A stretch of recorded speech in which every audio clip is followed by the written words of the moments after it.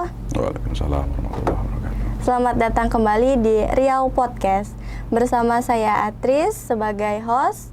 Nah, kali ini kita kedatangan tamu nih. Kedatangan tamu kita yaitu Bapak Rustam. Selamat datang, Pak. Siap. Bapak Rustam ini merupakan seorang dosen dari STIH Persada Bunda, betul Pak? Betul.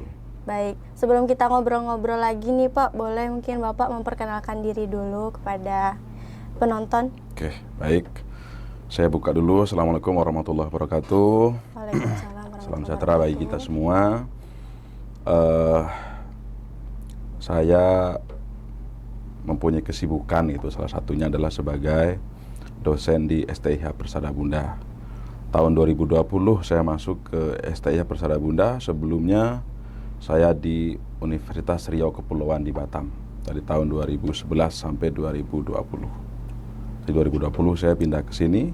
Di kesibukan pertama adalah saya seorang pengajar, namun sampingan saya ya sebagai pengacara kecil-kecilan lah. Nah, gitulah kira-kira. Jadi untuk sekarang nih Pak, hanya fokus dosen aja nih Pak? Dosen dan pengacara. Saya hari ini ada beberapa kasus. Baik. Sebelumnya dosen di STIH, berarti Sekolah Tinggi Ilmu Hukum. Sekolah ya, Tinggi Pak? Ilmu Hukum, betul. Mau tanya nih Pak, karena Sekolah Tinggi Ilmu Hukum berarti kan memang udah pasti nih Bapaknya adalah seorang yang sangat-sangat tahu hukum. Orang SH, MH mungkin? Betul SHMH. ya? Jadi apa sih Pak definisi hukum secara umum yang mungkin bisa lebih dimengerti sama masyarakat awam? Oke, baik. Sebelum saya sampai kepada hukum, pertanyaan yang disampaikan oleh Mbak Atris tadi ya, saya S1, S2 saya di Universitas Andalas, itu fokus memang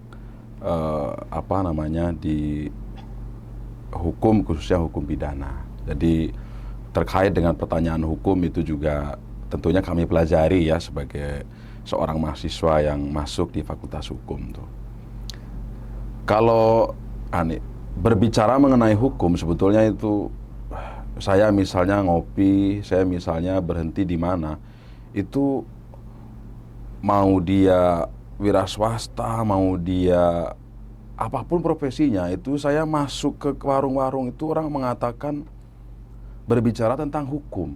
Hampir semua orang, mau dia orang komputer, mau dia orang manajemen, mau dia orang apa, itu banyak orang berbicara tentang hukum. Padahal mereka berbicara tentang hukum, tapi kadang-kadang yang pertanyaan dasarnya, pengertian hukum sendiri dia tidak tahu gitu loh. Atau bukan tidak tahu ya, atau kurang memahami. Mereka hanya bisa menafsirkan pengertian hukum itu ya dengan bahasanya yang bisa mereka ambil gitu. Sebetulnya kalau kita rinci, kalau kita simpelkan gitu, hukum itu ya suatu norma atau kaidah yang dibuat oleh pejabat yang berwenang, atau suatu norma atau kaidah atau ketentuan yang dibuat oleh mereka yang berwenang, dan pasti di situ ada sanksi bagi mereka yang melanggar. Nah, titik poin hukum itu adalah adanya sanksi. Tidak mungkin ada hukum kalau tidak ada sanksi, mau hukum apapun. Jadi sederhananya walaupun banyak pengertian hukum, bisa kita tampilkan pengertian hukum itu lebih dari 100 pengertian. Tapi sebetulnya kalau kita sederhanakan, pengertian hukum itu yaitu suatu norma atau kaidah atau ketentuan yang dibuat oleh mereka yang berwenang dan disertai dengan sanksi bagi mereka yang melanggar ketentuan atau norma tersebut. Baik. Itulah kira-kira. Kalau itu tadi kan hukum yang secara umumnya ya Ya. Pak ya. Nah di sini Pak, ada nggak sih jenis-jenis dari hukum itu? Oh, jadi hukum ini memang terbagi-bagi. Hukum ini terbagi-bagi. Salah satu pembagian dari hukum itu adalah dibagi menurut sifatnya. Jadi pengertian hukum tadi sudah tergambar secara global. Nah, hukum itu ada dibagi menurut sifatnya, yakni hukum publik dan hukum privat.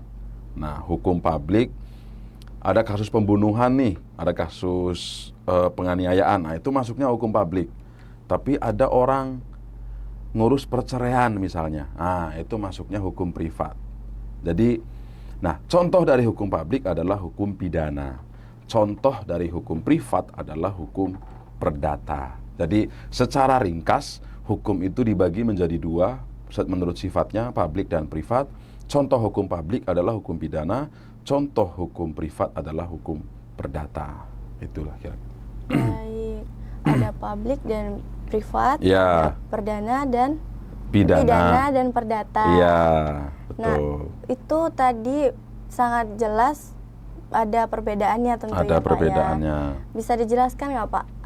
Apa sih perbedaannya antara pidana dan perdata? Oke. Jadi, mengapa hukum pidana itu masuk kepada ranah atau wilayah hukum publik? Karena hukum pidana itu isi di dalamnya itu yang membuat itu negara. Nah, kalau hukum privat, contohnya hukum perdata, yang membuat hukumnya itu kita sendiri. Misalnya, saya dengan Mbak Atris misalnya melakukan perjanjian jual beli. Nah, jual beli itu ranahnya hukum perdata. Apa yang dituangkan ke dalam perjanjian jual beli kan kesepakatan saya dengan Mbak Atris. Misalnya saya membeli sebuah kulkas, berapa harganya? Kalau mau dibayar secara kredit, berapa kali diangsur? Lalu kalau tidak dibayar, nanti seperti apa? Nah, kan kita tuh yang membuat. Nah, kalau hukum pidana tidak. Hukum pidana itu yang membuat itu negara. Contoh hukum pidana pencurian. Pencurian itu kalau kita lihat di KUHP itu ancaman hukumannya 5 tahun. Terus kita mau membuat dengan orang tertentu, kita rubah yuk pencurian pasalnya menjadi 3 tahun. Tidak bisa, karena negara sudah memberi rambu-rambu. Ancaman terhadap pencurian pasal 362 KUHP itu hukumannya paling lama 5 tahun maksimal. Nah, itu makanya hukum pidana itu dia masuk ranah hukum publik, karena yang membuat itu negara, yang menuntut, yang membawa ke persidangan terhadap pelakunya juga negara. Kalau perdata, saya bersengketa dengan Mbak Atris melanggar, saya sendiri yang akan menuntut di pengadilan. Nah, dari situlah kira-kira bedanya. Pidana itu ranah hukum publik, ada campur tangan negara, yang membuat hukumnya negara, yang menuntut negara. Kalau perdata, yang membuat aturannya kita, negara hanya memberikan rambu-rambu, lalu yang menuntut ke pengadilan juga orang perseorangan. Nah, itulah. Baik, tadi kita udah berbicara tentang hukum secara umumnya dan Ya. ada perbedaannya juga antara perdata dan pidana. Nah, untuk Bapak sendiri ada tidak, Pak, fokus dari Bapak itu di perdata atau di pidana? Ya, kalau saya fokus di hukum pidana. Karena saya S1 saya hukum pidana, S2 saya juga hukum pidana. Ngajar saya sudah dari tahun 2011 ya kalau tidak salah. Sampai hari ini itu juga tentang hukum pidana. Jadi saya fokus kepada hukum pidana. Kalau ketika menjadi ahli, saya juga di persidangan misalnya, saya juga ahli dari hukum pidana. Kenapa sih Bapak memilih untuk fokus di hukum pidana, Pak? Sebenarnya apa ya? Kita itu kan mempunyai passion tersendiri Iya, gitu kan. betul. Misalnya Mbak Atris apa jurusannya nih? Sistem informasi. Sistem informasi. Kan kita mengambil itu kan karena memang dari dalam diri kita kan. Nah, jadi saya dulu waktu kuliah S1, saya dari Jawa, saya dulu zaman saya itu namanya SPMB. Nah, saya mengambil jurusan hukum Universitas Andalas, jurusan pertama. Alhamdulillah lulus gitu kan. Setelah saya masuk, saya rasa passion saya tuh di hukum pidana gitu loh. Kok kayaknya menarik, kok kayaknya asik gitu loh. Nah, makanya S1 saya hukum pidana, skripsi saya juga tentang hukum pidana. Saya lanjut ke S2, saya tamat S1 langsung lanjut ke S2 dan tertarik juga tentang hukum pidana. Jadi itu memang datang dari hati, tidak ada orang tua. Kalau dalam hukum tidak ada paksaan ataupun tekanan dari unsur manapun. Itu memang murni dari hati saya memang tertarik dengan hukum pidana. Berarti memang ada dari dalam hati ini Betul. ketertarikan sendiri ya Ketertarikan Pak untuk sendiri. hukum pidana. Mm-mm. Nah karena Bapak fokusnya di hukum pidana nih Pak. Untuk hukum pidana ini sendiri apa hanya cukup dibeda dari sama hukum perdata atau ada lagi nih pembagian di hukum pidana itu sendiri? Oke. Tadi saya sampaikan hukum pidana itu masuk kepada ranah hukum publik, Ya, gitu betul. kan? Hukum publik itu tadi sudah saya jelaskan juga gitu. Nah, setelah kita belajar hukum pidana, ternyata hukum pidana itu juga terbagi. Nah, terbagi. Mbak Atris pernah mendengar misalnya ada orang dituduh mencuri, pernah kan? Nah, Mbak Atris pernah nggak dengar ada orang lagi pelaku pencurian tadi itu lagi di sidang? Pernah mendengar kan? Pernah. Nah, orang yang diduga melakukan pencurian, lalu di sisi lain lama-kelamaan pelaku pencurian tadi dibawa ke ranah persidangan, itu kan sama-sama hukum pidana. Tapi sebetulnya itu hukum pidana yang sudah terpisah gitu loh. Sudah terpisah. Saya contohkan lagi. Misalnya dalam pasal 338 KUHP, barang siapa dengan sengaja merampas nyawa orang lain diancam dengan tindak pidana pembunuhan dengan penjara paling lama 5 tahun. Nah, oke. Nah, pasal yang mengatur, yang berkata tentang itu namanya hukum pidana material. Nah, ini kan tadi kan bertanya tentang pembagian hukum pidana gitu kan. Betul. Nah, saya ulangi lagi, pasal 340 KUHP saya contohkan bunyinya, barang siapa dengan sengaja merampas nyawa orang lain diancam dengan tindak pidana pembunuhan dengan penjara paling lama 15 tahun. Nah, itu adalah pembagian dari hukum pidana yang namanya hukum pidana material. Nah, sekarang saya berandai-andai gitu loh. Saya tanya ke Mbak Atris, setelah ada orang melakukan pembunuhan, kira-kira keluarganya atau orang yang mengetahui tentang pembunuhan itu, dia akan kemana kira-kira? Akan lapor kemana? Ke pihak yang berwajib. Ke pihak yang berwajib, Ya. adalah kepolisian kan Polisi, gitu. betul. Nah, ketika Mbak Atris lapor ke kepolisian, ke pihak yang berwajib, lalu diterima oleh anggota Polri di situ, penyelidik gitu, orang yang menerima laporan, lalu akan diproses. Nah, dari mulai melapor sampai polisi menerima, itu kan ada tata caranya tuh. Bagaimana cara melapor, bagaimana cara polisi menerima laporan tadi. Lalu setelah ada laporan, masalah ini akan diapakan. Nah, itu hukum pidana formil namanya. Formil. Iya, yang pasal tentang pembunuhannya tadi itu hukum pidana material. Tapi setelah ada orang membunuh, pelaku ini kan akan dilaporkan ini oleh korban atau oleh siapapun gitu kan. Lalu melapor, lalu oleh polisi diterima, lalu nanti akan dipanggil saksi kan gitu. Akan dipanggil, akan disita barang buktinya. Misalnya dia membunuh dengan senjata misalnya. Senjatanya kan akan disita nanti tuh. Lalu pelakunya nanti akan ditahan kan gitu. Lalu nanti akan dibawa ke jaksa kan gitu. Dari polisi kan ke jaksa nanti larinya. Lalu oleh jaksa akan dibuat surat dakwaan. Nanti lalu setelah surat dakwaan dibuat, lalu perkara nanti dilimpahkan ke pengadilan.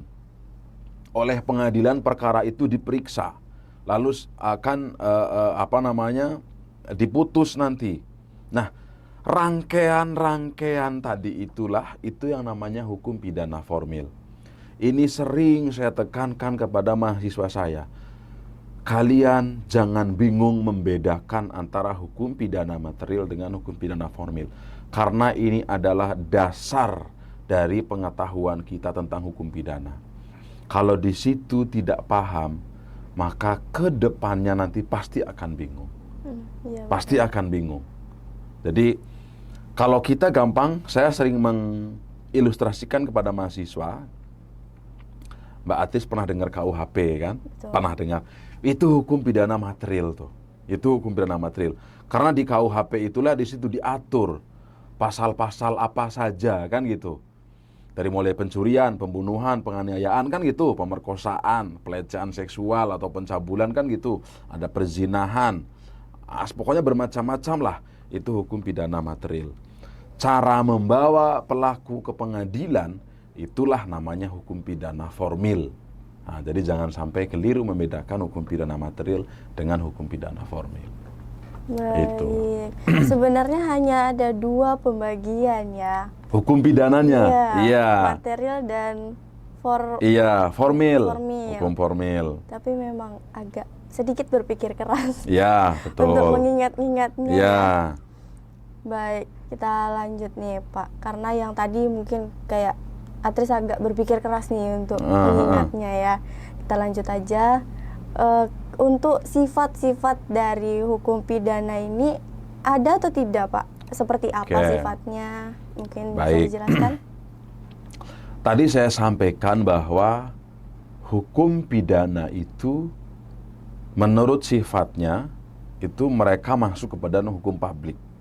Nah, jadi saya tekankan di sini bahwa sifat dari hukum pidana itu adalah dia digolongkan ke dalam hukum publik. Mengapa dia digolongkan kepada hukum publik atau hukum publik? Kayak itu sama saja lah. Ada orang mengatakan hukum publik, ada orang mengatakan hukum publik. Karena yang membuat aturan hukum pidana itu negara. Kalau undang-undang yang membuat DPR bersama pemerintah kan gitu. Jadi ancaman terhadap pencurian itu kan 5 tahun. Jadi kalau Mbak Atris mencuri, itu sudah tertulis di dalam undang-undang, itu ancaman hukumannya 5 tahun. Yang membuat itu kan negara. Jadi nggak bisa Mbak Atris karena kita kenal mencuri di rumah saya, hukumannya saya ganti. Udahlah untuk Mbak Atris ancamannya diganti 3 tahun. Nggak bisa, karena negara sudah membuat aturannya. Hukumannya itu 5 tahun, paling lama dihukum. Lalu selain itu mengapa dia dikatakan hukum publik? Karena saya mencuri di rumahnya Mbak Atris. Berarti kan Mbak Atris korban nih. Betul. Kan korban pencurian. Yang mewakili Mbak Atris menuntut saya itu negara. Mbak Atris tidak bisa nanti di persidangan itu menuntut sendiri. Saya ingin menuntut Rustam pelaku pencurian dengan hukuman 5 tahun. Tidak bisa. Yang mewakili Mbak Atris itu negara. Nah, itu mengapa hukum pidana itu digolongkan sifatnya ke dalam sifatnya hukum publik. Karena yang membuat aturan hukum pidana adalah negara, yang menuntut, yang mewakili korban itu juga negara. Kalau hukum perdata tidak. Saya melakukan perjanjian dengan Mbak Atris. Kan ada sekarang ngetren nih. Sekarang ada orang nikah itu, mereka melakukan perjanjian pranikah. Nah, jadi si A nikah dengan si B. Itu hukum perdata tuh. Si A punya harta 10 miliar. Si B, si perempuan punya harta 5 miliar. Mereka melakukan perjanjian pranikah. Supaya harta mereka terpisah.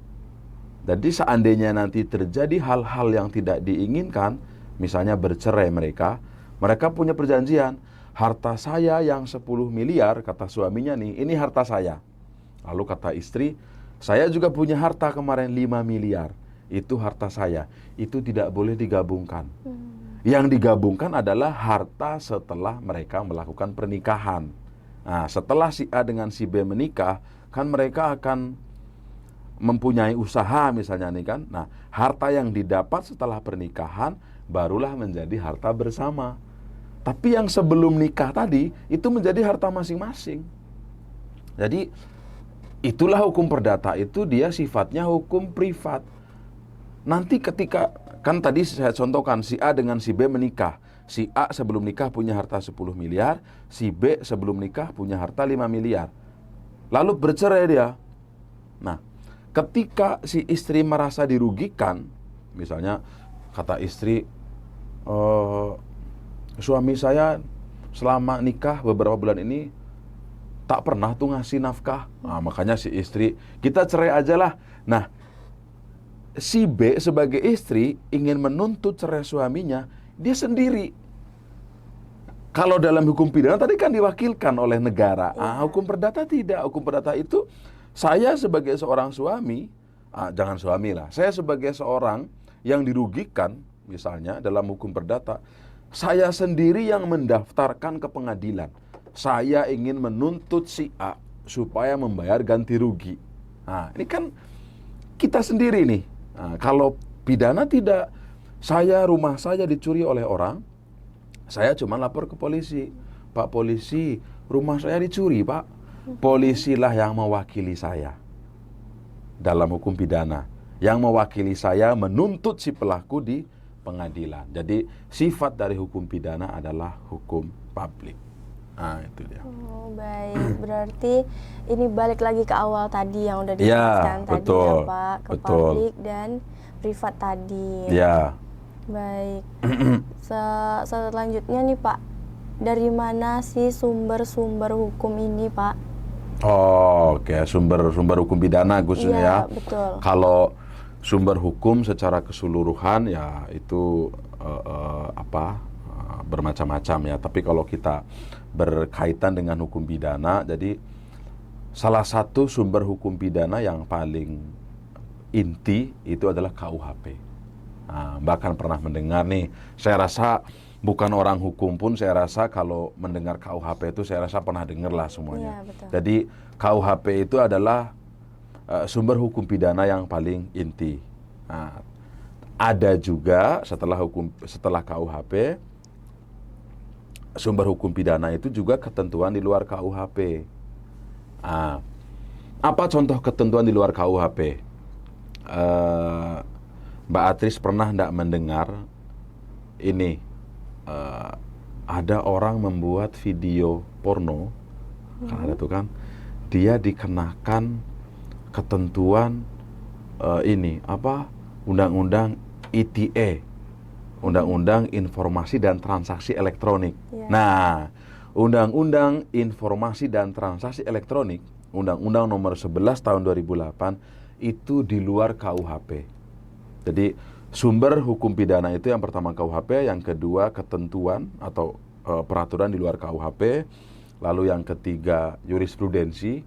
Jurisprudensi itu karena ada persidangan tuh, hakim memutuskan sesuatu. Nah, putusan hakim itu diikuti oleh hakim seterusnya. Nah, itu jurisprudensi. Lalu yang keempat, sumber hukum pidana adalah hukum adat. Masing-masing wilayah adat ini kan mereka punya ketentuan hukum pidana sendiri. Betul. Di adat di Papua dia punya hukum pidana sendiri, di Kalimantan suku Dayak punya, di Sumatera berbagai macam suku bangsa dia punya ketentuan hukum pidana. Di Jawa pun Pulau Jawa seperti itu, di Nusa Tenggara, di Bali. Jadi mereka mempunyai hukum adat yang sebetulnya mereka hanya berlaku di wilayah adatnya masing-masing. Jadi sumber hukum pidana itu KUHP, ketentuan di luar KUHP, lalu jurisprudensi atau putusan hakim terdahulu yang diikuti oleh hakim berikutnya, lalu yang keempat adalah hukum adat, hukum yang ada di wilayah yang berlaku di suatu adat tertentu. Berarti sumbernya memang banyak juga ya, Pak? Ya, banyak. Ya. Bahkan di hukum adat sendiri pun itu di adat masing-masing aja udah banyak. Ya. Berarti memang sangat banyak ya Banyak. sumbernya. Apalagi Indonesia suku adatnya banyak juga. Banyak. Iya. Selanjutnya bagaimana dengan sejarah, Pak? Sejarahnya tentang hukum pidana nih. Oke, baik. Kita kan kalau kita belajar sejarah kan, Indonesia itu katanya kan sudah dijajah oleh Belanda kan ratusan tahun. Walaupun 350 tahun itu tidak di seluruh wilayah Indonesia kan gitu. Tapi kalau kita baca sejarah katanya Indonesia itu dijajah oleh Belanda selama 350 tahun. Nah, hukum pidana kita KUHP itu mungkin ini jarang terdengar itu kan.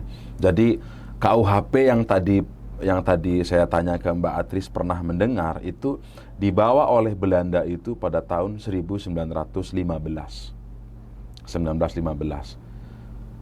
Barulah tahun 1918, 3 tahun setelah itu baru diberlakukan di Indonesia. Atau saat itu belum Indonesia, Hindia Belanda kayak gitu kan. Betul. Nah, jadi mengapa kita atau tahun 1915 KUHP diberlakukan di Indonesia? Ya karena kita dijajah oleh Belanda. Belanda itu dia sudah punya KUHP dari dulu. Nah, kita sebelum tahun 1915, kita belum punya ketentuan yang berlaku di seluruh Hindia Belanda. Jadi, orang Jawa dia punya hukum adat sendiri, orang Sumatera dia punya hukum adat sendiri, orang Kalimantan punya hukum adat sendiri, orang Sulawesi, orang Papua, orang Nusa Tenggara, orang Bali, kan punya hukum adat masing-masing tuh. Nah, pada tahun 1915, Belanda membawa KUHP ke Indonesia. Jadi bahasa sederhananya itu Ratu Belanda saat itu mungkin ngomong ke gubernur jenderalnya kan, Pak Gub, di mana jajahan kita? Salah satunya Indonesia. Sudah ada hukum di sana? Belum ada, Bu Ratu. Di sana hukumnya masih masing-masing wilayah. Nah, ini ada hukum kita di Belanda namanya WVS, Wetboek van Strafrecht. Kalau diterjemahkan ya sama. Wetboek itu kitab undang-undang hukum pidana, sama Wetboek van Strafrecht gitu kan. Nah, akhirnya dibawalah dari Belanda tahun 1915 ke Hindia Belanda, dari Belanda ke Hindia Belanda saat itu namanya. Barulah 3 tahun berikutnya 1918 dia berlaku di Hindia Belanda, walaupun tidak berlaku di seluruh wilayah Hindia Belanda. Tidak berlaku. Jadi 1918 itu Belanda enggak ngomong kita berlakukan yuk dari Sabang sampai Merauke, enggak. Hanya beberapa wilayah, dan kebanyakan itu wilayah-wilayah di perkotaan. Kalau di pedesaan tidak. Itulah kira-kira.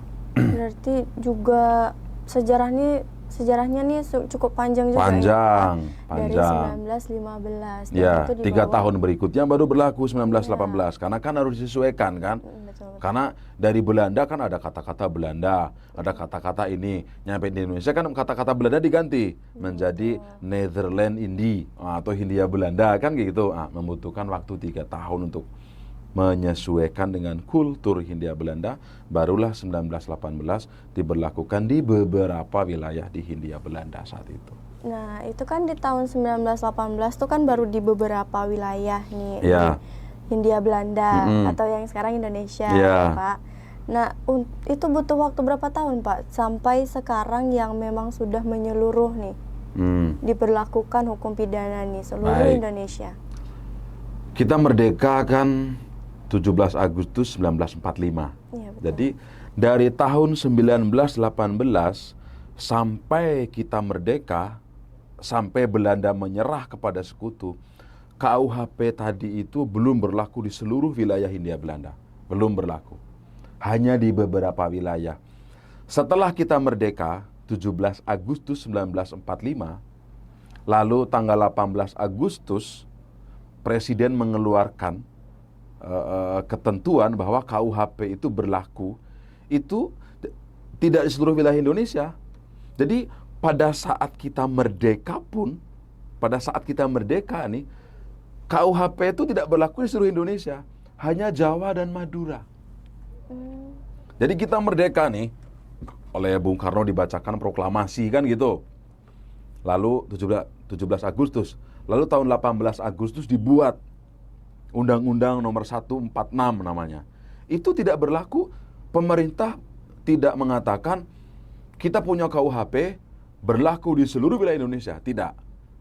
18 Agustus 1945, KUHP itu hanya diberlakukan di wilayah Jawa dan Madura. Barulah tahun 1950-an, KUHP dia mulai berlaku di luar wilayah Jawa dan Madura. Jadi butuh proses yang lama, butuh proses yang tidak sebentar, sehingga KUHP itu berlaku di seluruh wilayah Indonesia. Karena kan kita sudah merdeka menjadi Indonesia. Nah, mungkin perlu saya sampaikan juga ke Mbak Atris, kita sekarang sudah punya KUHP baru. Jadi KUHP yang kita bicarakan ini nanti bulan Januari 2026 kita punya KUHP baru. Jadi KUHP yang sekarang berlaku nih tidak berlaku lagi. Nah, KUHP nanti tahun 2026 Januari kita punya KUHP baru. Dan KUHP itu sebetulnya sekarang sudah jadi. Januari 2023 kemarin pemerintah sudah menetapkan kita punya KUHP baru. Undang-Undang nomor 1 tahun 2023 kalau tidak salah. Nah, kita sudah punya KUHP baru nih. Nah, hari ini saja Januari 2023 pemerintah menetapkan KUHP baru. Pemerintah baru memberlakukan 3 tahun kemudian, Januari 2026. Jadi tidak heran dulu Belanda membutuhkan waktu 3 tahun. 1915 dibawa ke Indonesia, 1918 baru berlaku di Indonesia, di Hindia Belanda. Nah, kita pun hari ini ikut nih. Januari 2023 kita punya KUHP baru bulan Januari 2026 berlaku di seluruh wilayah Indonesia. Jadi nanti setelah Januari 2026 kita punya KUHP baru buatan bangsa sendiri. KUHP kita yang buat sekarang nih yang berlaku, bukan kita yang membuat. Yang membuat orang Belanda. Belanda diambil dari Prancis, Raja Napoleon. Nah, jadi hari ini nanti Januari 2026 kita punya KUHP karya dari anak-anak atau orang-orang pintar lah dari negara kita sendiri. Baik. Memang prosesnya sangat panjang, membutuhkan waktu sangat panjang juga ya Pak. Ini kalau kita bicarakan terus nggak habis-habis. Nggak habis ya, Pak. Betul. Iya, dan KUHP ini sendiri memang perlu diperbarui terus atau mungkin ada itu akan digunakan selamanya gitu Pak? Oke. Nah, tadi kan saya katakan ada KUHP, ada ketentuan di luar KUHP. Iya, betul. Nah, KUHP ini kan sebuah kitab ya, sebuah buku. Karena dia sebuah buku, berbagai macam tindak pidana diatur di situ, maka dia tidak selamanya selaras dengan perkembangan zaman. Nah, karena kehidupan orang ini kan makin lama makin maju nih. Betul. Nanti kalau di KUHP sudah tidak sesuai lagi, pemerintah dia akan buat undang-undang yang baru lagi. Nah, nanti ketika ada undang-undang yang baru, maka beberapa pasal di KUHP itu tidak berlaku. Contohnya korupsi. Segala tindak pidana korupsi yang ada di KUHP sekarang tidak berlaku. Karena kita punya undang-undang khusus yang mengatur tentang korupsi secara tersendiri. Undang-Undang nomor 31 tahun 1999 dirubah dengan 20/2001. Jadi sekarang kalau ada pelaku tindak pidana korupsi, dia tidak dijerat dengan KUHP, tapi dijerat dengan undang-undang di luar KUHP. Mengapa seperti itu? Karena di KUHP sudah tidak selaras. Makanya pemerintah bahasa sederhananya nih, ini ada tindak pidana baru nih, rasa-rasanya di KUHP ini sudah tak sesuai lagi. Pemerintah buatlah bersama DPR ketentuan yang baru. Maka kalau ada ketentuan yang baru, maka di KUHP tidak berlaku. Karena ada azas hukum lex specialis derogat legi generale. Ketentuan yang khusus itu mengenyampingkan ketentuan yang umum.